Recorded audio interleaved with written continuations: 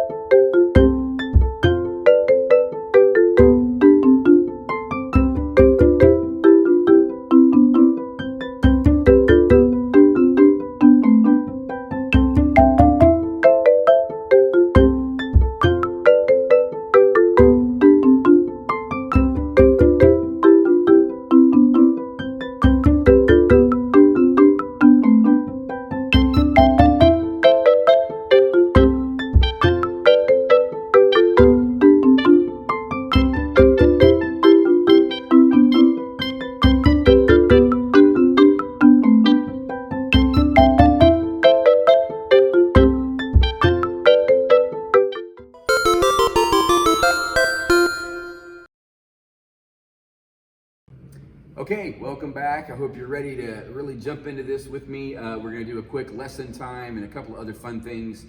So tonight, I don't know how you feel about what's going on, but a lot of people are kind of afraid. And so we're going to be thinking about what it means to not have fear.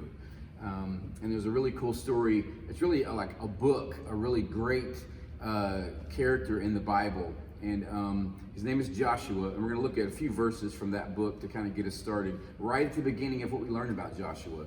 And if you remember the story at all about the Israelites, we've talked about that a lot, and you've known about those things for a while.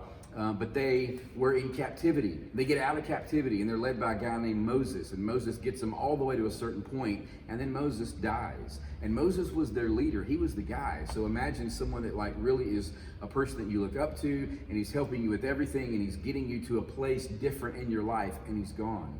And now another person is supposed to be the leader. And so that's who we're talking about tonight. So let's jump in there. This is Joshua chapter 1. After the death of Moses, the Lord spoke to Joshua and said, "Moses, my servant, is dead. The time has come for you to lead the Israelites across the Jordan River into the land I am giving them. I promise you what I promised Moses. Wherever you place your feet, you will be on land I give to you.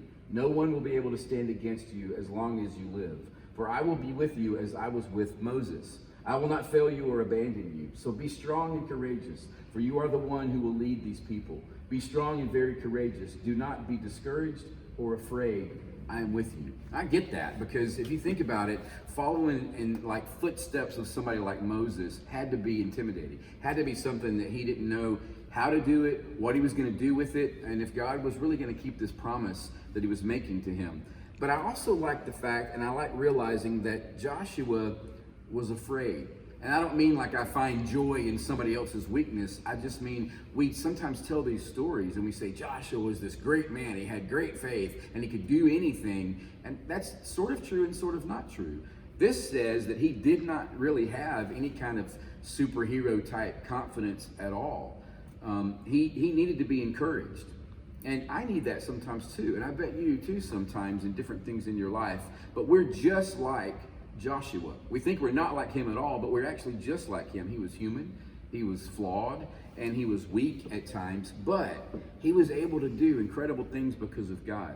He had to be told, and he had to be reminded. If you look at the passage, it says, actually it's not there as many times as it's really in there. If you read all of it, he says, be strong and courageous several times. He has to keep telling him, look, you need to be strong and courageous because I'm going to be with you. And then he says down here in the bottom part, don't be discouraged.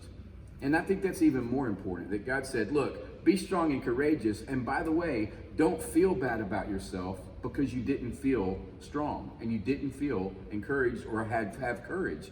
He probably knew that Joshua was thinking, you're telling me to be strong, and now I feel bad about myself because I didn't feel strong. And God's like, that's okay. Don't feel that way. And that's huge, because God was wanting to help him not just to be strong, but to be okay that he didn't feel strong at first. So he's saying, look, it's okay. I'm with you. This is going to turn out okay. So God knew that this was intimidating. He knew that Joshua was following Moses, who was a hard person to kind of be the next one. And like you and me, Joshua didn't really do great things just because of his faith alone. He did great things. He was a part of great things that God did. But Joshua did these things because God kept his promise. And that's most important. So when we think about all the stuff that's going on right now, I haven't really said much about it. You know, we've got the coronavirus and all that's affecting everybody. And it's changed everything, the way that we do everything in life, it almost seems like. And my guess is you're not really sure what to think about it. You know, you're probably remembering that you aren't at school. And you weren't going to be at school this week anyway, by the way. But then it's going to be the next week and the next week and the next week. And we don't know exactly how long. And that can be something that I think a lot of people are either afraid of or frustrated with. Or like next week we'll talk about maybe we're just bored. But tonight, I just thought we'd maybe consider, what does it mean to just have faith, to have courage, to know that it's really going to be okay, that God really is with us and things are going to be fine. In the quiet silence, there is an eternal conversation between Creator and creation. But we can hardly hear. It's the violence of sound, the breakneck speed of things. Has noise become our only defense? But we are drawn by a whisper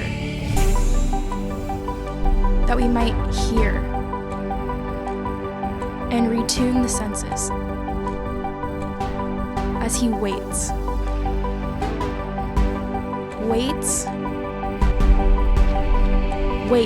for our response.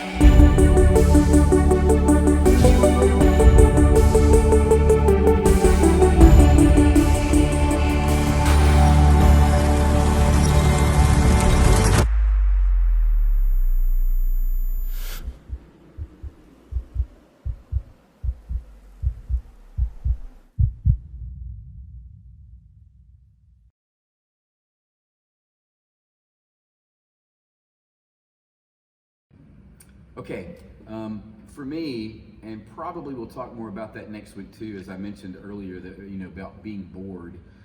It's hard for me to be still. It's hard for me to be in a room and be quiet. I always need something to do or something going on around me. And so being still can be difficult, but I think that is a really important way that we find out who we really are sometimes, because we can hear what God might have to say to us. So thanks for watching that. Again, thanks for kind of checking in tonight. I thought we'd finish, sometimes we play games and stuff. I thought we'd finish with a game.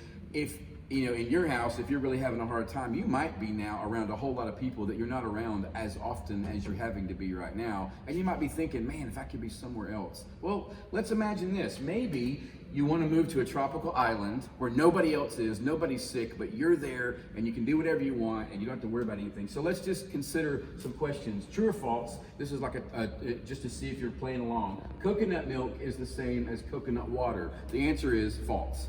So now you know what to do. Which of these is not a real fire starting method? Coke can and a chocolate bar, rubbing two sticks, batteries and steel wool, or striking rocks together? I'm just letting you guess. Okay, so the answer is D, striking rocks together. Good luck with that. Next, which of these should you not eat raw? Seaweed, oysters, salmon, or potatoes? And the answer is potatoes. I didn't know that either, and I think they made it up. We'll go to the next one.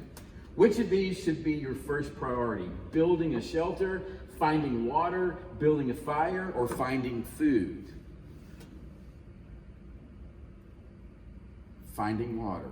You can do all those other things, but if you don't have water to keep in your body, things could go bad really quick. As a matter of fact, in 3 days or less. What does SPF stand for? Of course, we all know that Doug knows the answer to this, and he probably just yelled it out, but just in case, here's some guesses. Suggested protection factor, sun protection factor, sun prohibitive feature, or solar protection factor. I don't think it's any of them, but we're gonna check. Sun protection factor. Very nice. I think this is the last one. We're almost done. What does SCUBA stand for? And Doug, I know you know this one too, but anyway, submersible compressed underwater breathing airway, submerged controlled underwater breathing apparatus, self-contained underwater breathing apparatus, some crazy underwater beach activity. I would like it to be D, but I bet that's wrong. C, self-contained underwater breathing apparatus. Now, just a few things to let you think about what it would be like if you had the opportunity to be all alone and not around everybody, yet on an island, which would be pretty nice right now. Maybe you could come up with a way to do that. So that's it for now. Again, I hate that we can't be together, but that'll be soon enough. I hope you're being okay and taking care of yourself. Don't forget to wash your hands. See you later.